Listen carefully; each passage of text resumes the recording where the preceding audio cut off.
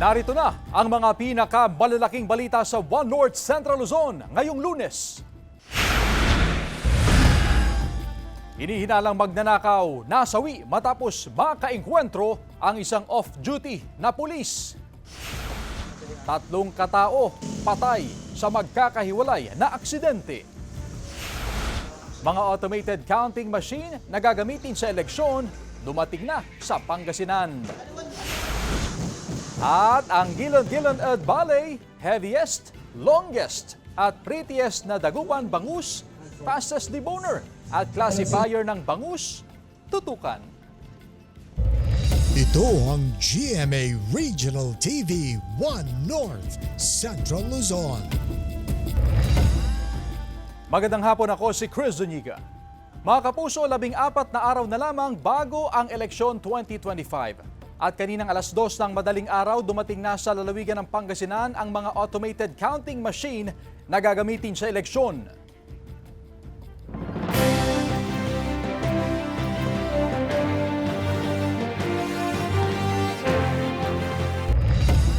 Tiniyak naman ng COMELEC Provincial Office ang seguridad sa mga hub kung nasaan ang mga automated counting machine. Balitang hatid ni CJ Turida. Alas 2 ng madaling araw kanina nang dumating ang mga container van na ito. Dala ang mga automated counting machine na gagamitin sa Pangasinan sa nalalapit na 2025 midterm elections. Alas 7 naman ng umaga nang buksan ang mga container van sa kaibinaba ang mga ACM papasok sa isang hub sa Dagupan City. Aabot sa 2,869 na ACM ang gagamitin sa eleksyon sa Pangasinan. Mayroon din contingency na 491 ACM. For delivery ito sa respective offices of the election officers. Then pagdating kay election officer, siya naman magdi-deliver sa ating voting centers. Bukod sa Dagupan Hub kung saan dito manggagaling ang mga ACM para sa ika-4, ika-5 at ika-6 na distrito ng Pangasinan, mayroon ding hub sa Alaminos kung saan naroon ang mga ACM para sa 1st, 2nd at 3rd district ng lalawigan. Kasabay na dumating ang 49 na Consolidated Canvassing System o CCS kits na gagamitin sa eleksyon. Tiniyak ng COMELEC ang seguridad ng mga ACM na nakatagdang i-deliver sa mga bayan at lungsod bago ang Mayo 5 para sa final testing and sealing sa May 6. Samantala, nagsimula na ngayong araw ang local absentee voting. Sa Pangasinan, isinagawa ito sa tanggapan ng Provincial COMELEC. Pasado alas 11 ng umaga kanina, umabot na sa 11 ang nakaboto. Bukas, gaganapin naman sa Pangasinan Police Provincial Office ang local absentee voting. That will be from April 28 today to April 30. So sa mga kampo ng mga Philippine National Police, meron ng mangyayaring botohan dyan, yung tinatawag natin na local absentee vote. Kasama si Daryl Peralta, CJ Torida, One North Central Luzon. At kaugnay ng balitang yan, kamustahin natin ang paghahanda ng COMELEC Provincial Office sa Pangasinan. Nakatutok live si Jasmine Gabriel Galban. Jasmine?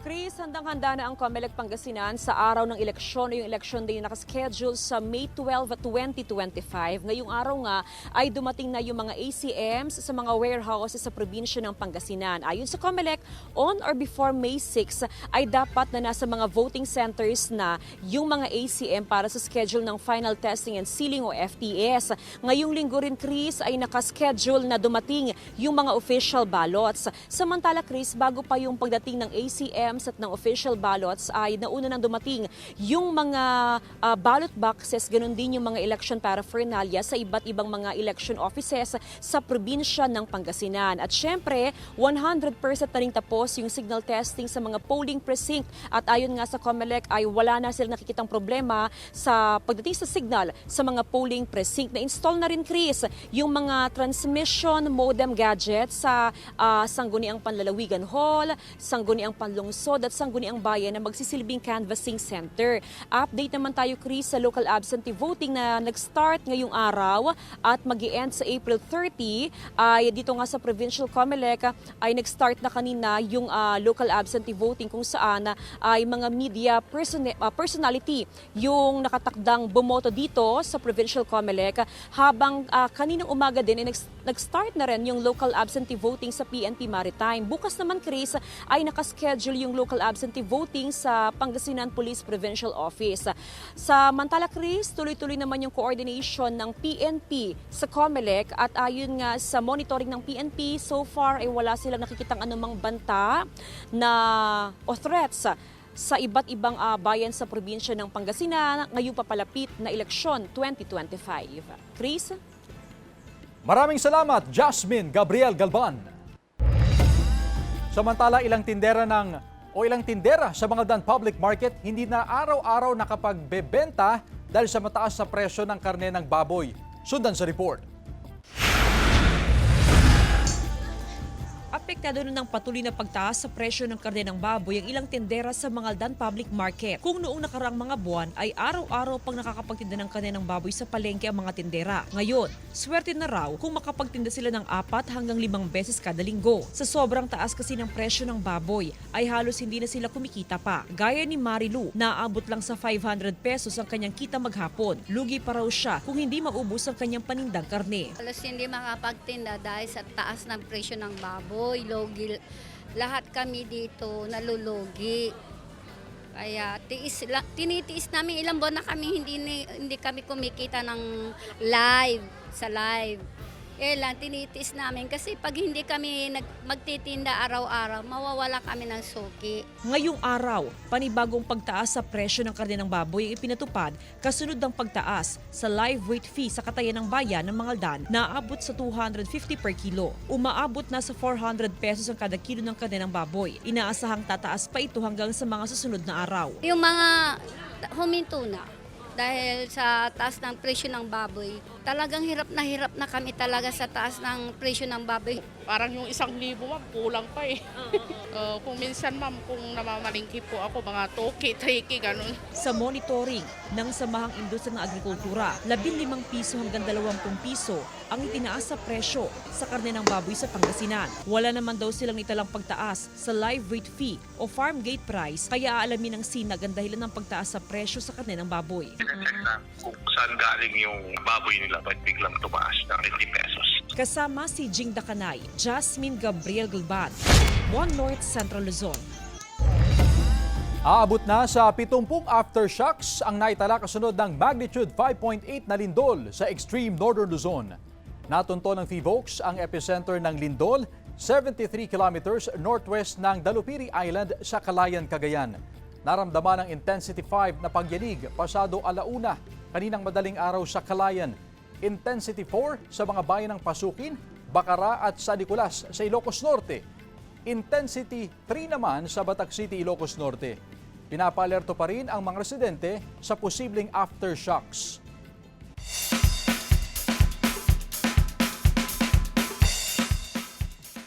Heaviest, longest at prettiest na dagupan bangus itinampok. Habang fastest deboner at classifier ng bangus, ating kilalanin. Silipin sa report. Muling nagpasiklaban ang mga pinakamabilis na bangus deboner, bangus classifier at bangus eater sa ginanap na Bangus Rodeo na bahagi ng selebrasyon ng Bangus Festival sa Dagupan City.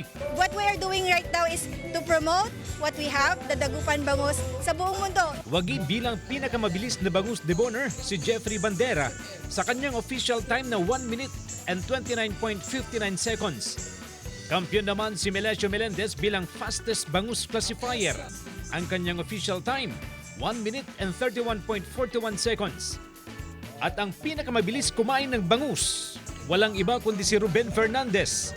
Kinailangan lamang niya ng 1 minute and 48.37 seconds upang simutin ang 2 inihaw na bangus. Namangha ang ilang bisita sa husay ng mga kalahok sa Bangus Rodeo. Yung experience namin dito, ipapamahagi namin doon. Samantala, tinanghal na longest bangus ang alaga ni Mark Narvante na nasa 68 centimeters ang haba. Heaviest bangus naman ang alaga ni Marlene Camacho na may bigat na 3.60 kilograms. At ang wagi sa prettiest bangus ay ang alaga ni Alvin Kagiwa. Pinili ang prettiest bangus sa magandang mata, makinis na kaliskis, maliit na ulo, sariwang hasang at hindi bababa sa kalahating kilo at hindi rin lalagpas sa 1 kilo ang timbang. Nag-uwi ng cash prize at medalya ang mga nanalo sa kompetisyon. Nating patunayan dyan ay very simple lang. We still have the crown to be the world's tastiest bangus. Dagupan pa rin po yan. Kasama si Daryl Peralta, CJ Torida. One North, Central Luzon. Ito ang GMA Regional TV 1 North Central Luzon.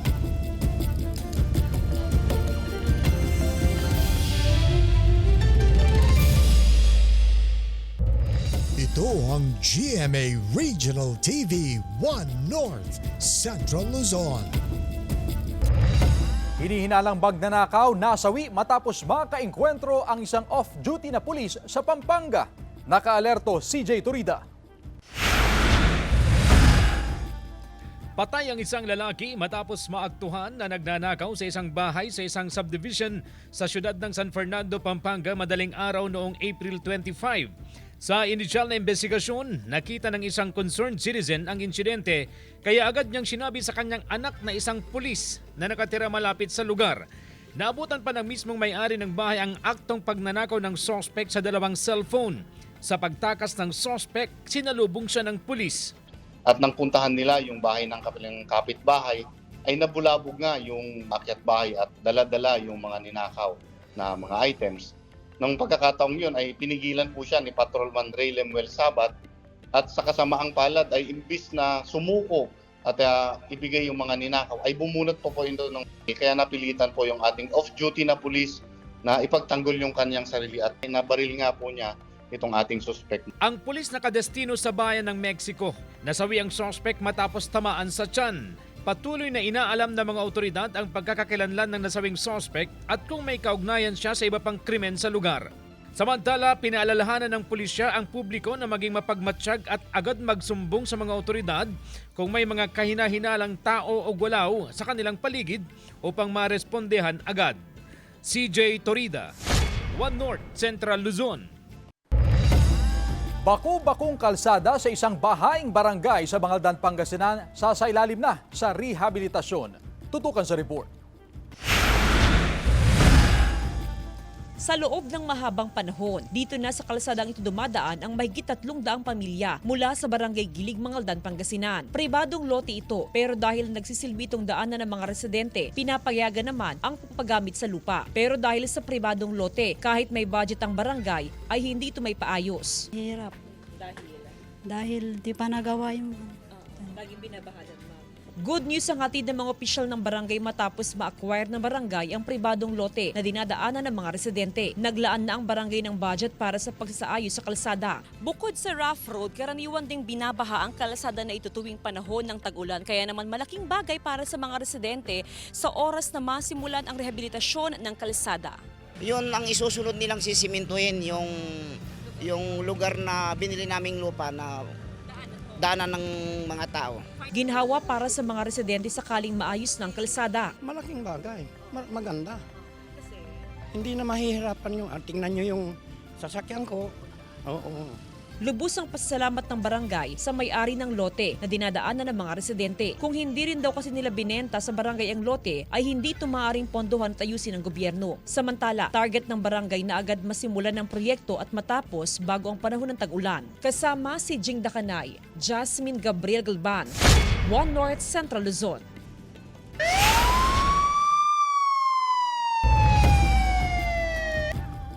Lalaking nagmaneho ng tricycle patay matapos makabanggaan ng isang truck sa San Nicolas, Ilocos Norte.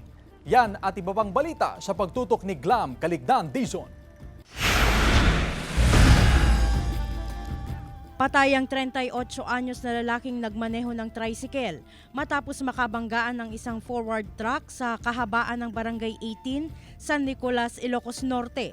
Sa investigasyon, pahilaga ang direksyon ng tricycle at habang nasa paakyat na bahagi ng kalsada ay umagaw raw ito ng linya at doon nakasalpukan ang forward truck. Sa lakas ng aksidente, nayupi ang tricycle at naipit ang driver na idineklarang dead on arrival sa ospital. Sumuko sa pulisya ang driver ng truck at napag-alamang nakipag-usap na sa kaanak ng namatay. Wala pang pahayag ang magkabilang panig.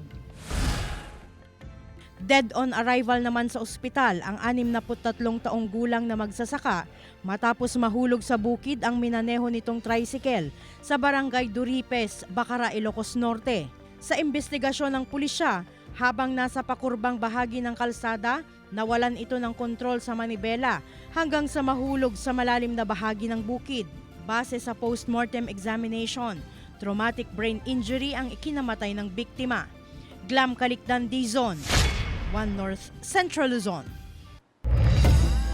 Mga kapuso, mag-uumpisa na ang Proof of Purchase promo ng GMA.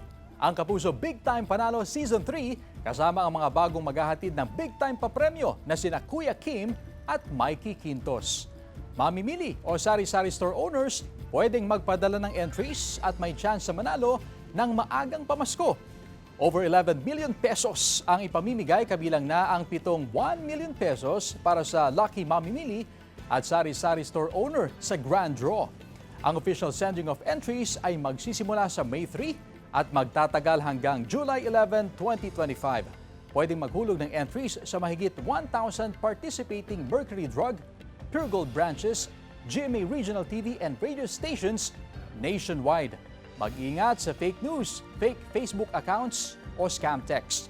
Tutok lang sa GMA o i-follow ang GMA Promos Facebook and TikTok pages o bubisita sa microsite ng GMA Promos para sa complete mechanics at announcements. Napuno naman ng saya at energy ang Centennial Fun Run ng National Collegiate Athletic Association o NCAA. Mga estudyante mula sa iba't ibang kolehiyo ang nakilahok sa Fun Run sa Rojas Boulevard at may mga kategorya na 3K, 5K at 10K. Excited ang iba, lalo't first time daw nila na lumahok sa Fun Run ng NCAA. Bukod sa takbuhan, sabay-sabay din silang nagsayawan. Naroon naman si Sparkle host at sportscaster Martin Javier na first time na nag-host ng Fun Run.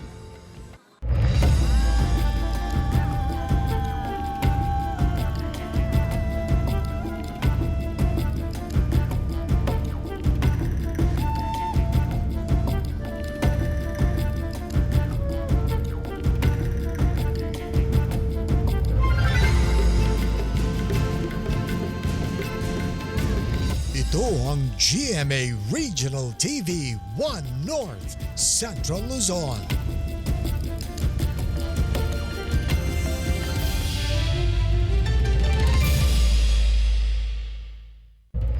Ito ang GMA Regional TV 1 North Central Luzon. Sinag, tiwalang ilulunsad din sa iba pang bahagi ng bansa ang 20 pesos per kilo na bigas ng gobyerno. Sundan sa report. Maagang nagtungo sa pamilihang bayan ng Calasiao, Pangasinan si Ali. Bumili siya ng 15 kilo ng imported na bigas na nagkakahalaga ng 55 pesos kada kilo. Ikokonsumo ito ng kanyang pamilya sa loob ng 10 araw. Inilunsad ng gobyerno sa Visayas ang P20 program o 20 pesos kada kilong bigas. Pero ang murang bigas, mabibili lang muna sa piling lokal na pamahalaan sa Region 6, 7 at 8. Sana raw, ilunsad din ito sa Luzon ayon kay Ali. Mas maganda pa yung pantay-pantay yung presyo ng bigas. O para po yung mahirap, madali rin makabili ng bigas kaysa mahal yung presyo ng bigas natin. Ayon sa DA, maaaring umabot sa mahigit 4 na bilyong piso ang iluluwal na subsidy hanggang Disyembre. Hindi rin lahat ng LGU may kakayahang mag-abono para rito. 10 kilo bawat pamilya kada linggo ang pwedeng bilhin sa ganitong presyo. Suportado raw ng Sinag ang programang ito ng gobyerno. Siguro sa susunod naman imimit din nila yung local government ng its province para at least mapa-expand yung programa. Matatag ang presyo ng bigas sa merkado. Sa pwestong ito sa Calasiao, nasa 40 to 55 pesos per kilo ang presyo ng bigas. Depende sa klase nito. Hindi rin daw sila maaapektuhan sa P20 program ng gobyerno. Kung maganda ang quality nun, kahit 20 pesos kung iba ang quality. Kasi yung mga taga rito, hinahanap nila magandang bigas, na mura, ganon. Kasama si Henry Duminsil, CJ Torida, 1 North Central Luzon.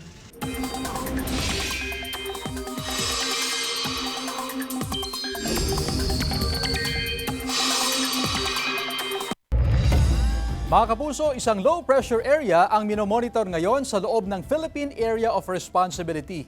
Base sa pinakuling datos ng Pag-asa, namataan ng LPA mahigit 600 kilometro silangan ng General Santos City.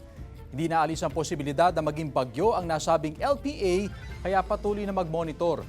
Sakaling maging bagyo, tatawag nitong Bagyong Auring. Sa ngayon, posibleng bahagya lang itong lumapit sa lupa pero magre-recurve o lilihis din palayo. Pwede pang magkaroon ng pagbabago sa track nito sa mga susunod na araw.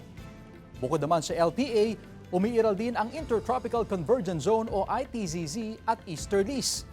Base sa rainfall forecast ng Metro Weather, may tsansa na ulan sa Pangasinan, Cordillera, Pampanga, Bataan, Bulacan at Ilocos Region. Posible rin ang ulan sa ilang pang bahagi ng bansa.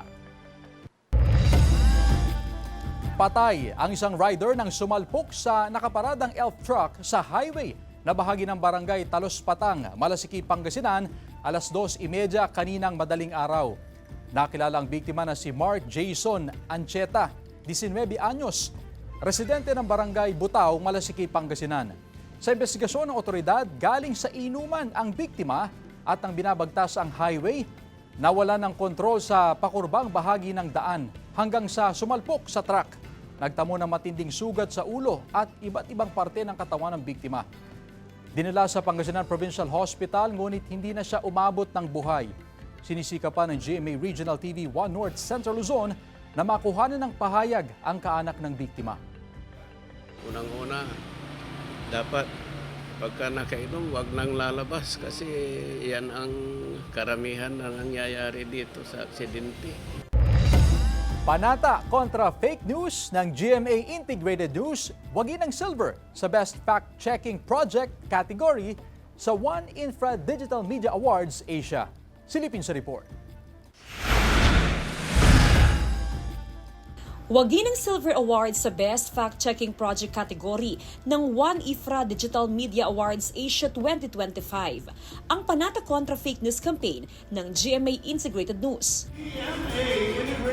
Iniabot ang parangal sa Kuala Lumpur, Malaysia bilang bahagi ng Digital Media Asia Conference, ang pinakamalaking news media industry event na tungkol sa digital trends sa Asia Pacific. Kami ang Team Totoo. Bahagi ng Panata Contra Fake News campaign, hindi lang ang pagwawasto ng maling impormasyon, kundi ang pagpapaliwanag sa kung ano ang misinformation at disinformation. Paano ito ginagawa at anong epekto nito? At paano ito madidetect para hindi mabiktima, lalo ngayong eleksyon 2025. Kaisa sa kampanya ng GMA Integrated News, ang 59 na grupo mula sa pinakamalalaking media at academic institution sa bansa. Jasmine Gabriel Galban, One North Central Luzon.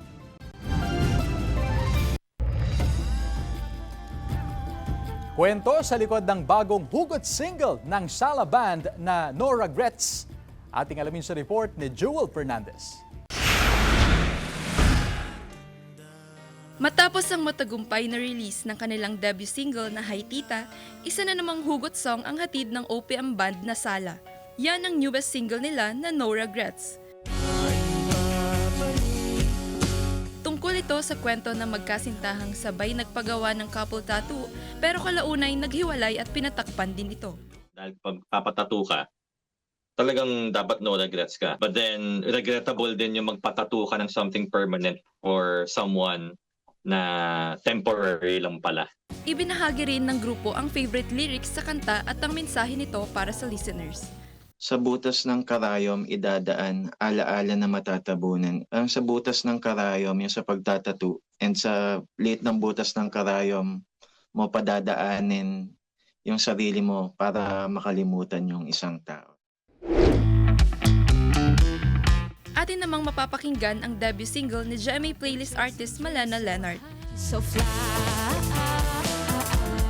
Ito ang masterpiece na tungkol umano sa pagsusumikap na maabot ang mga pangarap sa buhay.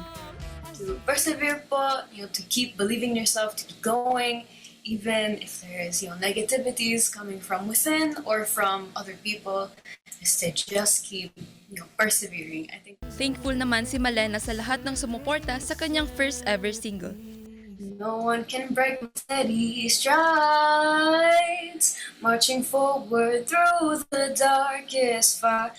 Maaari nang mapakinggan at mai-download ang masterpiece at No Regrets sa lahat ng music streaming platforms. Joel Fernandez, 1 North Central Luzon. Samantala, mapapanood niyo po ang episode na ito at iba pang pinakahuling lokal na balita sa official website ng GMA Regional TV, www.gmaregionaltv.com. Pwede rin kayo bumisita sa aming official YouTube channel, GMA Regional TV, at i-click ang subscribe button para sa pinaka-maiinit na balita mula sa mga rehiyon.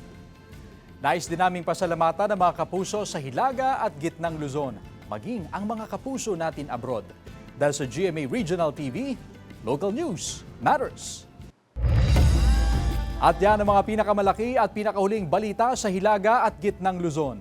Maraming salamat sa pagsama sa amin pati na ang mga kapuso sa ibang bansa na tumutok sa mga balita sa rehiyon. Ako po si Chris Zuniga. Kami ang GMA Regional TV, 1 North Central Luzon. Buong puwersa para sa mas malaking misyon at mas malawak na paglilingkod sa bayan.